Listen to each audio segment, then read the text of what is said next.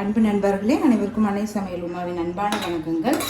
இன்னைக்கு அன்னை சமையலில் பார்க்க போகிறது முட்டை வறுவல் மசாலா. நீங்கள் வெரைட்டி ரைஸ்க்கு ரொம்பவே நல்லாயிருக்கும், சாதத்தில் போட்டு சாப்பிட்றதுக்கும் சூப்பராக இருக்குங்க. வாங்க முட்டை வறுவல் மசாலா எப்படி செய்கிறதுன்னு பார்க்கலாம். முதல்ல முட்டை வறுவல் பண்ணிடலாங்க. கொஞ்சம் மஞ்சத்தூள்,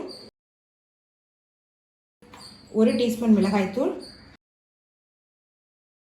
1/2 டீஸ்பூன் கரம் மசாலா,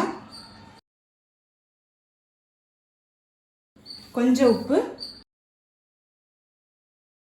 கொஞ்சம் தண்ணி. இது நல்லா மிக்ஸ் பண்ணிக்கலாம்.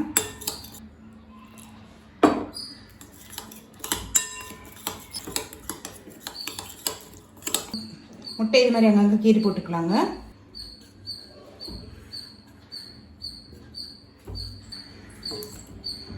இப்போ நல்லா மிக்ஸ் பண்ணிக்கலாம்.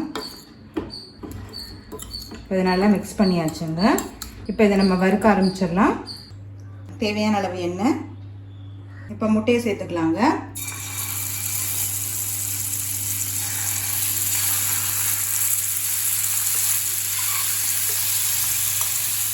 மசாலாவே மேலே சேர்த்துக்கோங்க.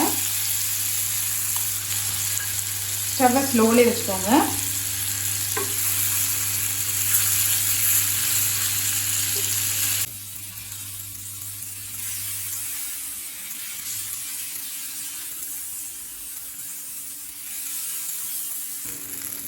அந்த பச்சை வாசனை போக கொஞ்ச நேரம் இருந்தால் போதுங்க. ஸ்டவ்வை ஹையில் வைக்காதீங்க, மசாலா தீஞ்சு போயிடும். இப்போ முட்டை மேலே நல்லா மசாலா கோட் ஆகிடுச்சு. இப்போ இதை எடுத்து தனியாக வச்சிடலாம். கடாயில் தேவையான அளவு எண்ணெய், 2 பட்டை, 1 டீஸ்பூன் சோம்பு, கொஞ்சம் கருவேப்பிலை, பொடியாக நறுக்குன்னு 2 வெங்காயம்.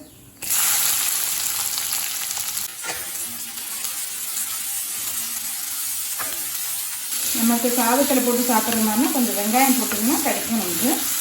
வெங்காயம் பார்த்திங்கன்னா கலர் மாதிரி நல்லா பொன்னிறமாக வரும். அது வரைக்கும் நல்லா வதக்கிக்கலாம்.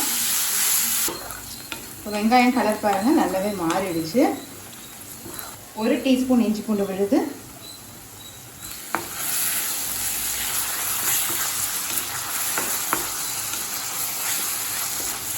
இஞ்சி பூண்டு சேர்த்துட்டு நல்லா வதக்கியாச்சுங்க.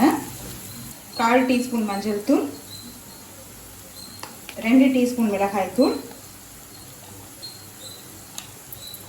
1 டீஸ்பூன் தனியாத்தூள். இப்போ மிளகாய்த்தூள் வாசனை போக 1 நிமிஷம் வரைக்கும் நல்லா வதக்கியாச்சு. 2 தக்காளி சேர்த்துக்கலாம். மீடியம் சைஸாக இருக்கனால 2 போட்டிருக்கேங்க. பெருசாக இருந்ததுன்னா 1 தக்காளியே போதும். 1 டீஸ்பூன் கரம் மசாலா, தேவையான அளவு உப்பு.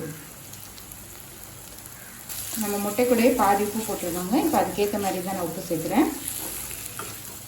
கரம் மசாலா நீங்கள் விருப்பப்பட்டால் சேர்த்துக்கலாம். 1/4 கப் தண்ணி சேர்த்துக்கலாங்க. தண்ணி சேர்த்துட்டு பாருங்கள் நல்லா எண்ணெய் பிரிஞ்சு வந்துருச்சு. அடுத்தது இதில் முட்டையை சேர்த்துக்கலாங்க.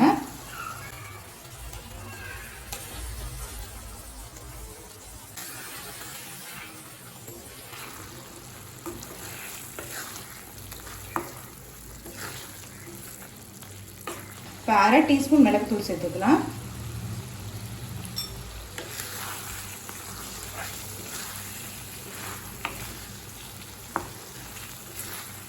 இப்போ மூடி போட்டு 1 நிமிஷம் ஸ்லோவில் வச்சிடலாம்.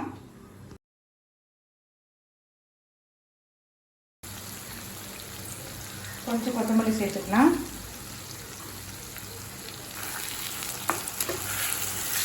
இப்போ முட்டை வறுவல் மசாலா ரெடி ஆகிடுச்சுங்க. சர்வ் பண்ணிடலாம். சுவையான முட்டை வறுவல் மசாலா ரெடி ஆகிடுச்சு. ரெசிபியை ட்ரை பண்ணி பாருங்கள், கண்டிப்பாக உங்களுக்கே பிடிக்கும். ரெசிபி பிடிச்சிருந்ததுன்னா வீடியோவை லைக் பண்ணுங்கள், கமெண்ட் பண்ணுங்கள், ஷேர் பண்ணுங்கள். இது வரைக்கும் அன்னை சமையல் சேனலை சப்ஸ்கிரைப் பண்ணாதவங்க சப்ஸ்கிரைப் பண்ணுங்கள். தேங்க்யூ.